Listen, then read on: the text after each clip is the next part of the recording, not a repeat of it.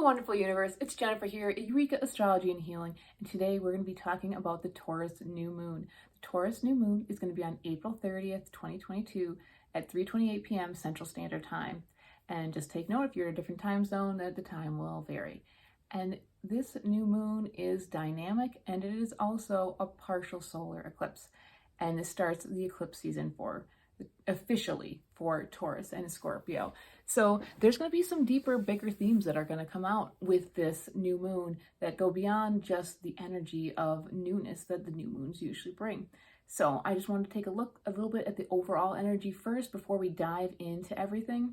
There's lots of aspects, and I like to weave in a lot of different energies and information that's not just totally talking about aspects, but overall energy. And the first thing I can say is that all the planets are going direct at this new moon. And what does that mean? Energy is moving forward. It's usually easier to get things done. Things just seem like, they're happening and there's a little less setback. That being said, the planets have been going direct for a while, all of them. And I feel like sometimes people burn out a little bit, right? Like they're doing, and they forget to stop and rest and maybe even reassess what's happened, like, right, with retrogrades, reassessing what has been done or maybe needs to change, because sometimes we do things, right? We start them in good faith and good jest, and then it's not working, and then that's where the reassessing happens. So, we don't have any of those retrograde planets, and so I think people kind of burn out. That being said, they will come, and this is the last new or full moon that are going to have all direct planets for the rest of the year. Every new and full moon after are going to have retrograde planets, and one by one, many of the outer planets are going to be going retrograde starting in actually May and moving all through the year, and then there's going to be quite a few by late summer and fall. So try to take advantage of the energy of the forward movement if you are trying to start something new. Not that you can't start something new when things are retrograde, it's just a little bit easier and there's maybe a little less redoing of things. So let's go into it a little bit more. And so I like to think first of all, okay, this is a new moon in Taurus, right? What is Taurus? Our value, our worth, our material things and goods, right? Sensuality and experiencing the world in our body, because, our body can do some wonderful things and it keeps us here, and it is of the earth, like Taurus, like it's just so elemental and beautiful. And some of the signs don't have such a connection with the earth. And I would say by and far, Taurus would be the number one. It understands how to grow things, literally grow things, plants, and how to bake and cook using those things from the earth to make something that is sensual and nourishing. So a time of nourishment. And I looked at a wonderful book called Moon Phase Astrology by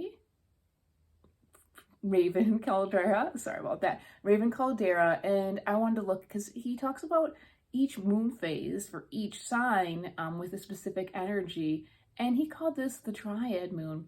And a Dryad is a tree spirit, so again, hearkening to nature. And he had very beautiful poetic things to say about this moon, but really this moon at its essence calls us back to our core earthly beginnings, our true animalistic nature.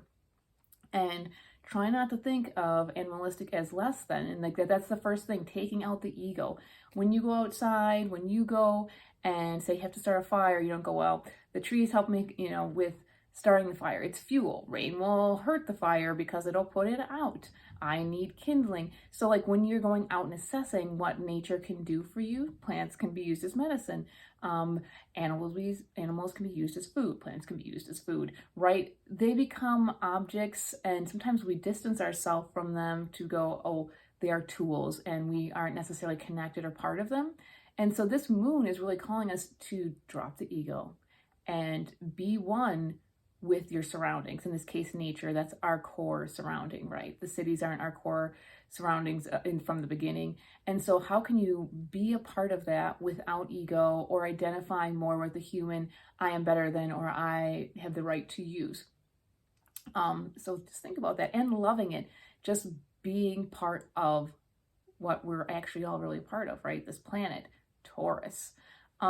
the next thing is with that energy, just like kind of dropping the ego, there's another level of asking to let go of our ego, and that's the Pisces energy that's funneling into this new moon. And so there are 4 planets in Pisces: Mercury, Neptune, Jupiter, and Venus. And so on this new moon, Mars is actually sextiling the new moon. And so Mars loves to go towards things and push things and drive things. When it hits Pisces, it's not driving, it's not driving a race car, it's it's sitting on a boat, hopefully maybe steering it here and there. Meaning Mars loses its edge of, direction, focus, and just like, because there's so much water and dream. But what I can say it's driving us towards in this new moon is, again, drop the ego. What's the dream? How are you connected, not just to the planet, but to source, to the energy that is all around us, the whole universe? And so it's interesting because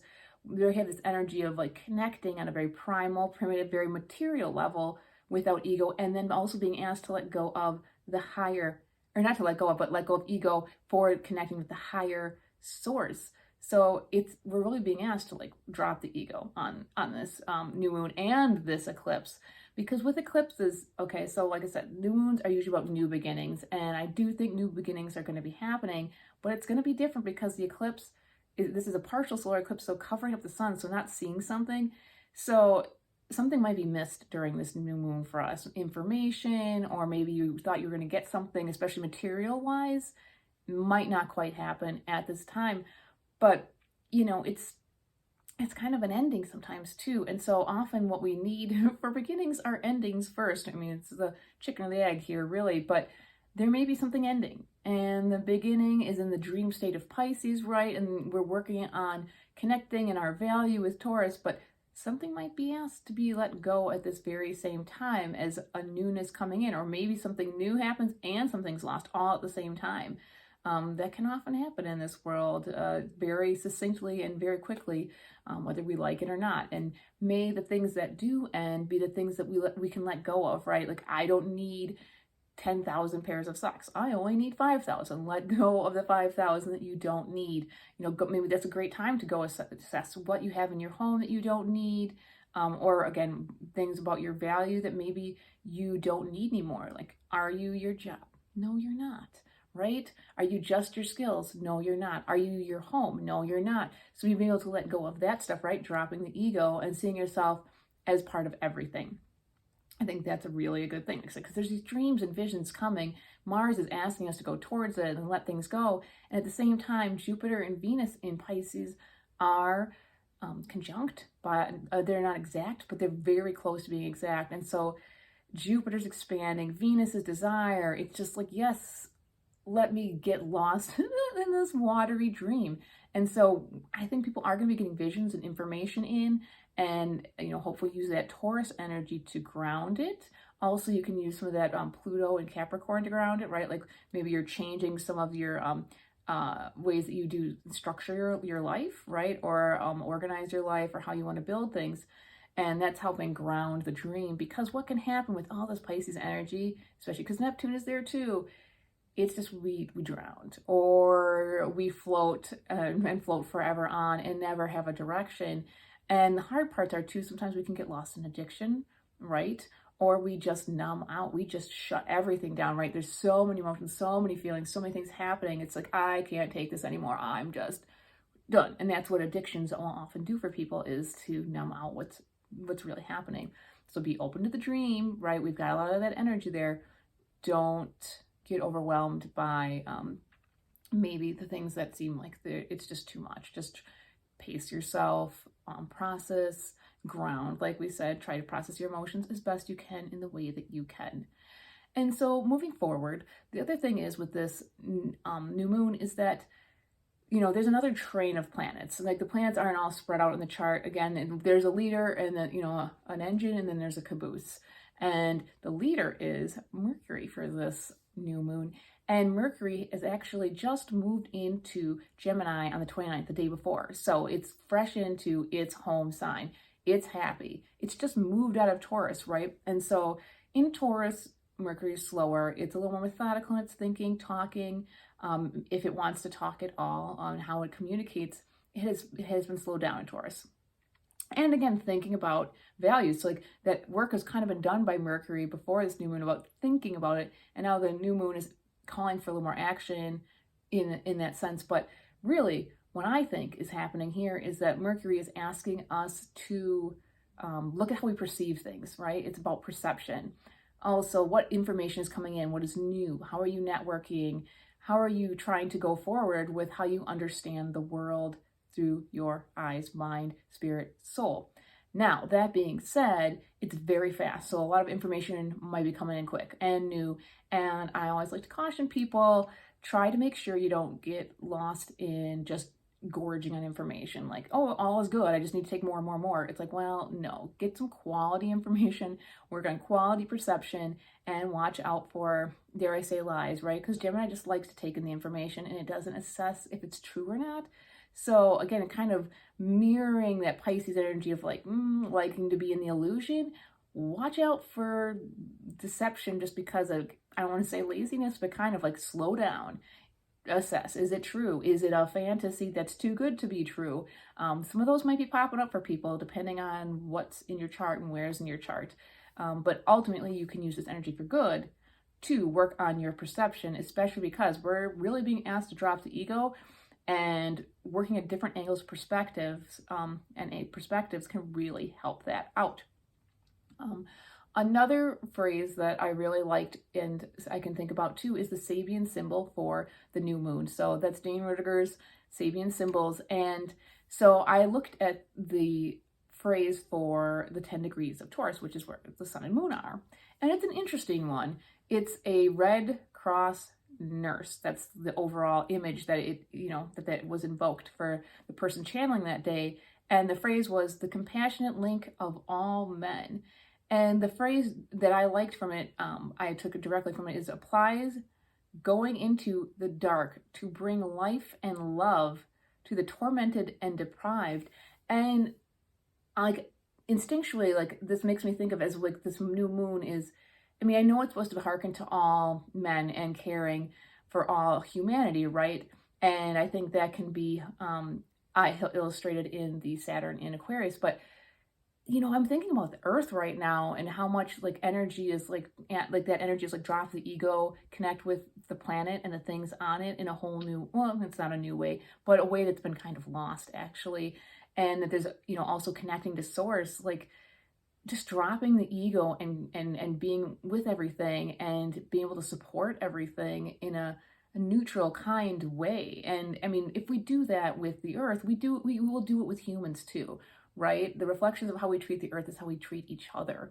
And so it's also talking about like the tormented and deprived, like people who don't have or who have had things taken from them or, hurt for certain reasons and giving them love, right? And I find that to be very fascinating because Taurus does deal with material things and so deprived don't have maybe everything they need. So again, like how do we tap into Source's energy and how can we share that energy beautifully where we don't overextend ourselves, like knowing like I am you, you are me, and I can do what I can for this situation, really asking us to dig deep.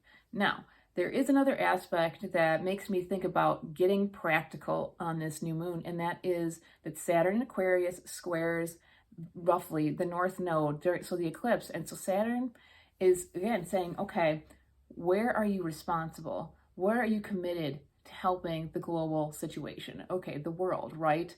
And how do you find your place in this? How do you help that larger community? And how are you bringing new ideas to the table? And how are you your individual self, right? And it's telling you to commit to that, discipline yourself to that.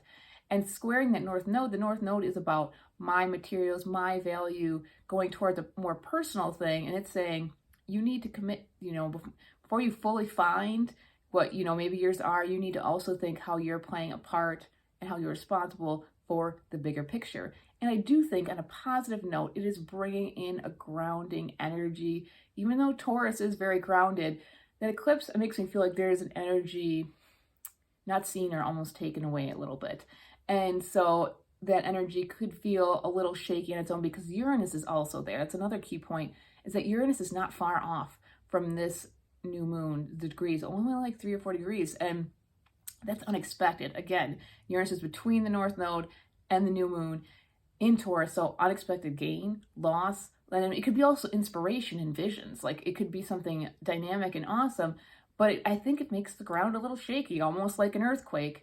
But Saturn is asking us to commit to something, and it's committing to an idea, right? Or thoughts, and then acting that out into the greater world.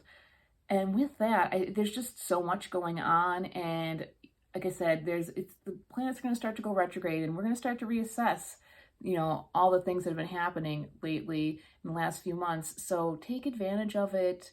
I don't know if you do new moon rituals. I would say hold off with the eclipse. It's not necessarily the best energy. You could either wait or just hold space, because I think this energy will do your ceremony for you. It'll bring what you need in your life. It will release what you need in your life, and whatever comes your way. Once again, I'll say it for the last time, try to not let your ego get in the way, because we're being asked to connect to material and source on a deeper level. With that, I'm Jennifer at Eureka Astrology and Healing. If you like what I do, hit like, subscribe, check out my website, Eureka Astrology and Healing. I do astrology readings, tarot readings, and herbal wellness consults. May the stars guide you and the plants ground you. Ciao for now.